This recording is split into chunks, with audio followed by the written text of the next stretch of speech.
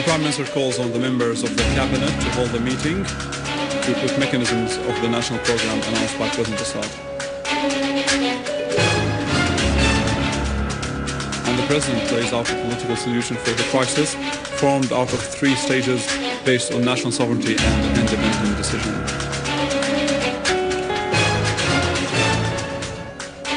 A wide appreciation of President al-Assad's initiative, and the citizens assert that it is a step forward towards the political solution.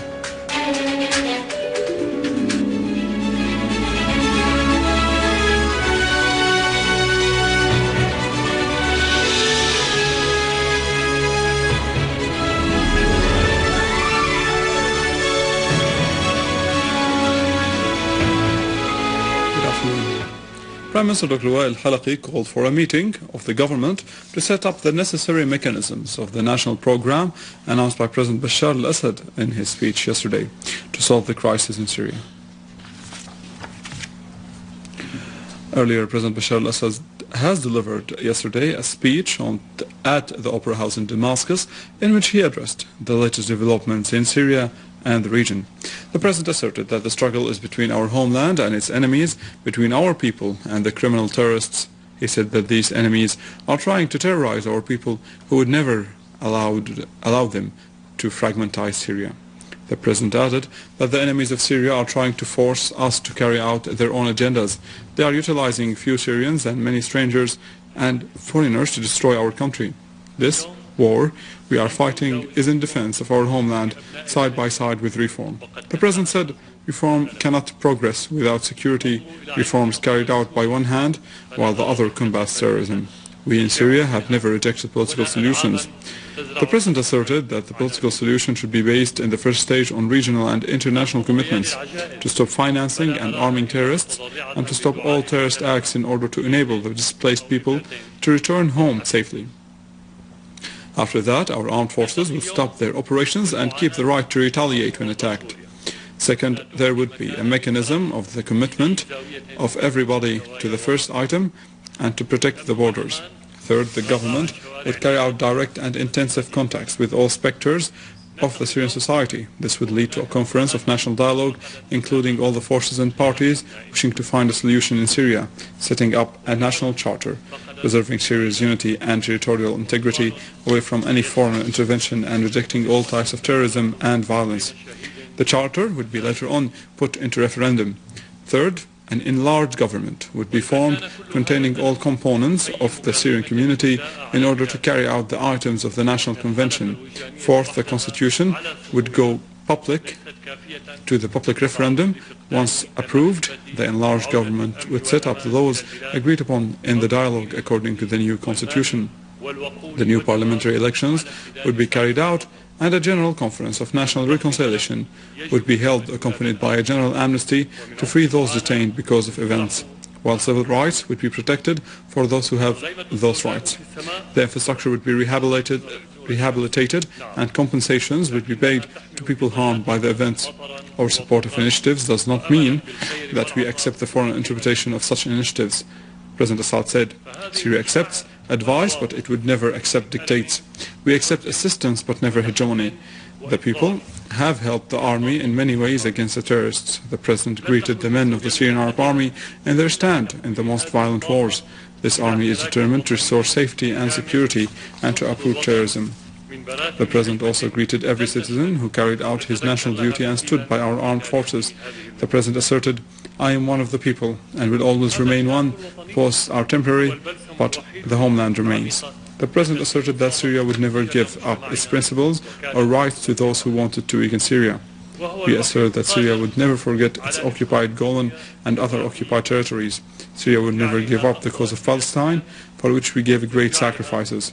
Any attempt to involve the Palestinians in Syrian events would fail before they begin. The Palestinians in Syria are carrying out their duty to their other homeland like any Syrian citizen. President Bashar al-Assad's speech left a good impression on the people of Aleppo. They say it is a precise description to the commitment in defending and loving the homeland. After the president's speech, hundreds of citizens in Aleppo toured the city's streets in mass rallies expressing their support to the political initiative that have been submitted by the president to get out of the crisis the homeland is going through, as they expressed their full support to the Syrian Arab Army in fighting terrorism. Also in Homs, hundreds of citizens gathered around the Syrian flag in a spontaneous rally expressing their support for President Assad's speech, as they see the president's speech was reassuring and drew away to Syria's victory. On the other hand, the opposition National Democratic Bloc welcomed the positive initiative President Assad's speech yesterday. The bloc expressed hope that all the national opposition forces inside and outside the country would respond to this initiative in order to reach a political solution. In a similar statement, the National Youth Party welcomed what he called positive points in the speech. The party called upon all the national Syrian forces inside and outside the country to respond to this call and to work to translate it into a reality. Iran expressed its support for the initiative of President Assad to solve the crisis in Syria. The Iranian attitude was presented by Foreign Minister Ali Akbar Salehi, who pointed out that the basic items of this initiative focused on rejecting violence, terrorism and foreign intervention. These items would include drawing the political course of Syria's future on the basis of respecting political diversity and paving the ground to an administrative, comprehensive political process. Saleh also pointed out that the initiative draws upon the principles and objectives of the UN Charter and the common axes of all the regional and international initiatives presented so far. He called upon all the regional and international parties to exert all efforts to create an atmosphere for Syrian dialogue to preserve security. In Cairo, His Holiness Pope Theodorus II of Alexandria asserted that Syria remained a dear country to him, as he remembered Syrian-Egyptian unity, according to the Pope. The Pope expressed pain for events in Syria in a dialogue with him published in a weekly Egyptian magazine today. He asserted that the crisis was complicated to cause the intervention of many parties in it. The countries that wanted to help should have initiated a dialogue if they had been truthful. Senior researcher at the University of International Relations at the Russian Foreign Ministry, Yuri Zinin, said that the speech of President Assad was an important one that included an initiative to stop violence and a possibility to involve a wider range of Syrian people in running the country. The researcher said that the regional and international powers should primarily listen to this speech in order to put an end to the foreign interference in Syria's internal affairs, pointing out that if this interference continues, the number of casualties among innocent Syrians will increase, and it will be very hard to stop the violence. Zinin emphasized that the speech of President Assad addressed all the Syrians, especially its citizens, who are willing to make real democratic changes, as it constitutes a very important step for those who wish to save their country. Pope Benedict renewed his call to lay down arms in Syria and start a constructive dialogue between the Syrians themselves. He also warned that everyone will be a loser if violence continues.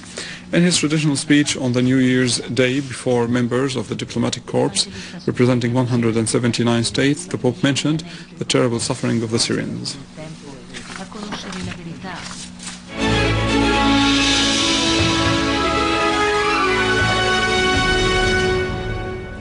In our local news, Minister of Health Saad Naif briefed the resident head of the International Committee of the Red Cross, Marian Gassar, on the attacks by the terrorists on the health sector in Syria. The attacks were represented by targeting the best cadres and facilities, including hospitals, health centers and ambulances, in addition to preventing the arrival of some medicine to those who need it. Minister of Health asserted that the ministry gave directives to the hospitals that have been paid money to exempt the citizens, especially the displaced, from paying the money in return of their treatment.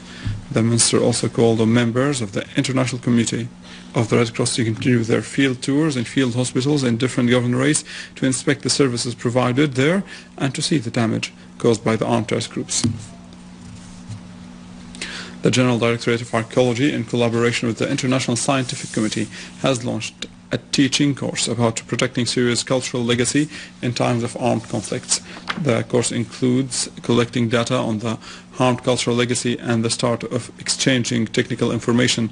The aim of the course is to raise the potential of Syrian teams to carry out the necessary measures of protection and preservation through assessing the damage in various archaeological and historical sites and moving relics to safer places. Hoping that these efforts will pay off, we thank you for watching and remind you that you can get more details on our website www.syriaonline.sy. After the break, Nariman will tell you about the latest governmental mechanism to distribute goods and the new agricultural measures.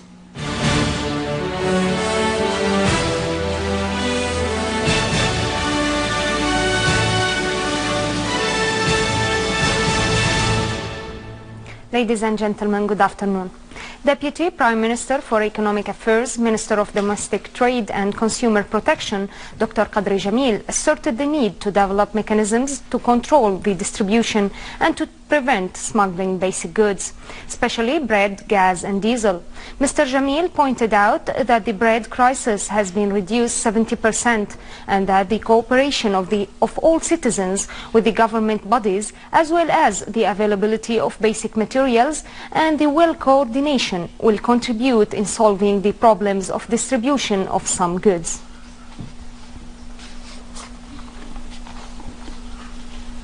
Minister of Agriculture Subhi Abdullah said that the agricultural sector, in both its forms, plant and animal, constitutes the backbone of the national economy, especially the agriculture upon which many industries are developed, being the main ring of securing food for all citizens. Hence, everyone should protect and develop this sector.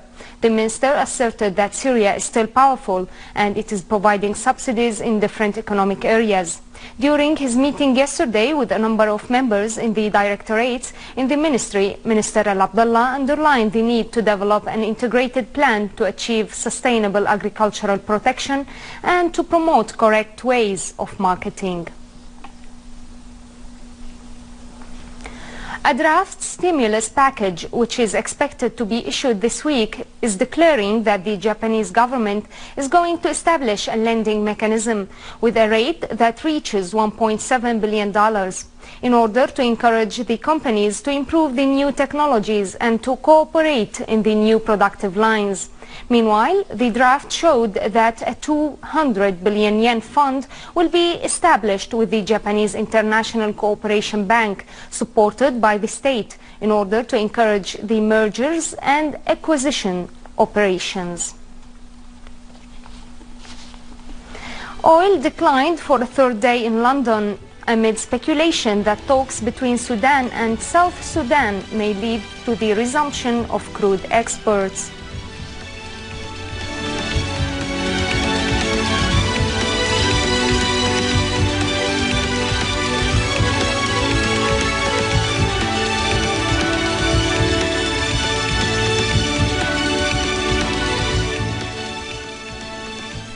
Most European stocks retreated after the Stocks Europe 600 index reached its highest valuation in almost 3 years, offsetting gains by lenders as central bank governors diluted a proposed liquidity rule.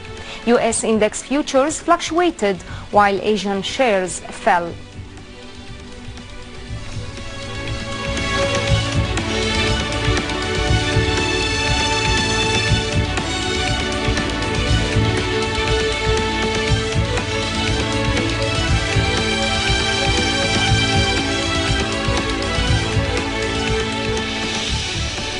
Gold swung between gains and losses in London after its worst run of weekly losses since 2004, as a stronger dollar curbed demand for the metal as an alternative investment.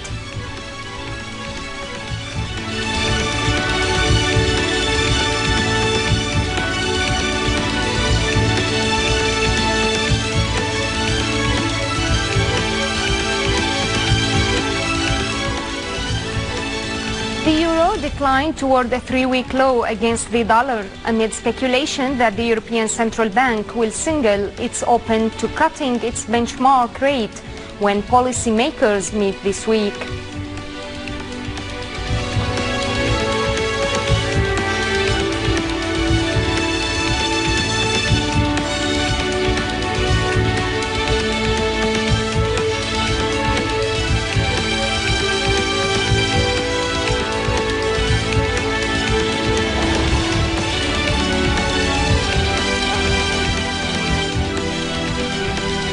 Ladies and gentlemen, this was our economic news for today. Thank you for watching. Goodbye.